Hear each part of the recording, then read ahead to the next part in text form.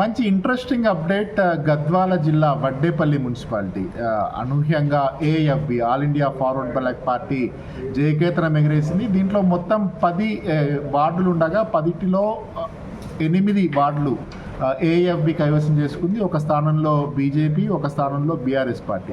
ఇది ఇంట్రెస్టింగ్ విషయం నేను ఎందుకంటున్నానంటే AFB backed by former MP Kavitha, KCR కుమార్తె కవిత ఎవరైతే ఉంటారో ఆమె తెలంగాణ జాగృతిని ఆమె లీడ్ చేస్తూ ఉన్నారు. ఈ ఎన్నికల్లో ఎవరైతే వాళ్ళ వైపు నుంచి అంటే వాళ్ళ క్యాండిడేట్స్ ఎవరైతే ఉంటారో వాళ్ళకి ఏఎఫ్బి నుంచి వాళ్ళకి టికెట్లు ఇప్పించి ఆ ఏఎఫ్బి నుంచి వాళ్ళకి బీఫామ్స్ ఇప్పించి అక్కడి నుంచి ఆ పోటీ చేయించారు.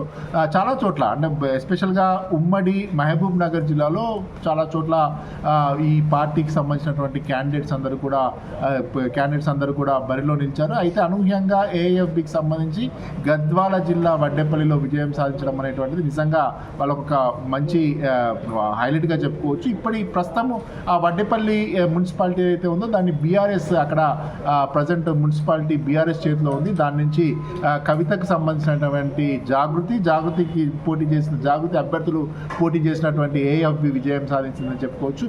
ఐ థింక్ ఏఎఫ్బి విజయం సాధించడం అనేది ఒక మున్సిపాలిటీని కైవసం చేసుకోవడం అనేటువంటిది ఆల్మోస్ట్ ఇది ఫస్ట్ టైం అయింటుంది. ఎందుకంటే జనరల్గా అసెంబ్లీ ఎన్నికల్లో ఎవరైతే ప్రధాన పార్టీల టికెట్లు ఆశించి వాళ్ళు రానటువంటి వాళ్ళు భంగపడినటువంటి వాళ్ళు ఎవరైతే ఉంటారో ఆ ఏఎఫ్బి తరఫున బీఎస్పీ పార్టీ తరఫున పోటీ చేయడం అనేటువంటి సహజంగా జరుగుతుంది.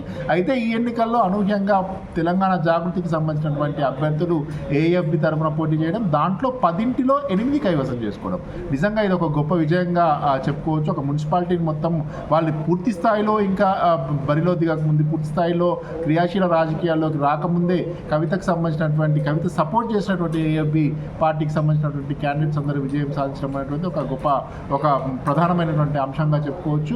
రానున్న రోజుల్లో అంటే కవితకు సంబంధించి ఏప్రిల్లో ఆమె తెలంగాణ జాగృతి పేరున ఒక పార్టీ వస్తుందని చెప్పి దానికి సంబంధించినటువంటి రిజిస్ట్రేషన్ ప్రక్రియ అంతా కూడా కొనసాగుతుంది అని చెప్పి రాజకీయ వర్గాల్లో తీవ్రమైనటువంటి చర్చ జరుగుతున్నటువంటి నేపథ్యంలో ఏఎఫ్బికి సంబంధించి ఒక మున్సిపాలిటీని కైవసం చేసుకోవడం అనేటువంటిది చాలా ఒక మంచి స్టార్టప్గా మంచి బిగినింగ్గా దీన్ని అర్థం చేసుకోవచ్చు.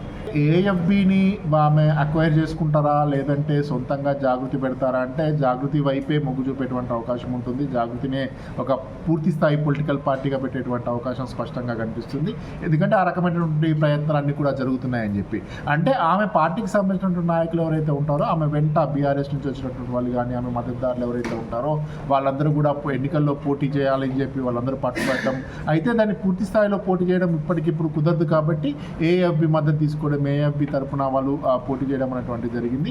రానున్న రోజుల్లో ఖచ్చితంగా కవితతో మాట్లాడితే కవిత ప్రెస్ కాన్ఫరెన్స్లో కానీ కవితతో మాట్లాడిన సందర్భాల్లో ఆమె క్లియర్గా చెప్తా ఉన్నారు, ఏదో రోజు నేను ముఖ్యమంత్రి అయి చూపిస్తాను, ముఖ్యమంత్రి అయి తీరుతాను అని చెప్పి ఆమె చెప్తున్నటువంటి నేపథ్యంలో ఆ రకమైనటువంటి రాజకీయ ఎత్తుగడలు, రాజకీయపరమైనటువంటి వ్యూహాలతో ఆమె ముందుకు వెళ్తూ ఉంది. కాబట్టి రానున్న రోజుల్లో ఖచ్చితంగా ఆమె సొంతంగా ఒక పార్టీని ఎమర్జ్ చేసి ఆ పార్టీ తరఫున పోటీ చేసి రాష్ట్ర రాజకీయాల్లో ఒక క్రియాశీల పాత్ర పోషించాలి. అంటే పోషిస్తారా లేదనేటువంటిది కాలం సమాధానం చెప్తుంది. కానీ ఇప్పటికిప్పుడైతే ఆమె వ్యూహాలు మాత్రం ఒక ముఖ్యమంత్రి సీటుపై ముఖ్యమంత్రి ఎందుకు కాకూడదు అనేటువంటి ఒక పట్టుదలతో ఆమె ఉన్నారు. కాబట్టి రానున్న రోజుల్లో ఖచ్చితంగా ఒక ఫుల్ లెంత్ పొలిటికల్ పార్టీగా ఎమర్జ్ అవుతుంది. ఆ పొలిటికల్ ఎమర్జ్ అయిన తర్వాత ఫలితాలు ఏ రకంగా ఉంటాయి చూడాలి. ఇప్పటికిప్పుడైతే ఆమె బీఆర్ఎస్ పైన తీవ్రమైనటువంటి విమర్శలు చేస్తూ ఉన్నారు.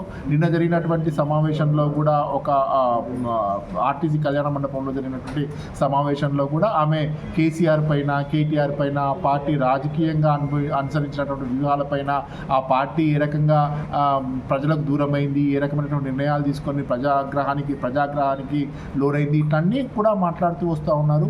ఇటువంటి పరిస్థితుల్లో ఖచ్చితంగా రానున్న రోజుల్లో ఆమె ఒక ఫుల్ లెంత్ పొలిటికల్ పార్టీని ఎమర్జ్ చేసి ఫుల్ లెంత్ పొలిటికల్ యాక్టివిటీస్లో వచ్చేటువంటి అవకాశం అయితే ఉంది. ఏదేమైనప్పటికీ కూడా ఇది ఒక గుడ్ బిగినింగ్గా ఆమె పూర్తి స్థాయి రాజకీయాల్లోకి రావాలి, తమ పార్టీ ఏంటో తమ సత్తా ఏంటో నిరూపించుకోవాలని అనేటువంటి ఒక అంచనాలు వేసినటువంటి నేపథ్యంలో ఒక ఫుల్ లెంత్ రాజకీయ పార్టీగా రానున్నటువంటి నేపథ్యంలో ఈ వడ్డేపల్లి మున్సిపల్ పైన జాగృతి అంటే ఇండైరెక్ట్గా జాగృతి జెండా ఎగరడం అనేటువంటిది వాళ్ళకు ఒక మంచి విజయంగా చెప్పుకోవచ్చు.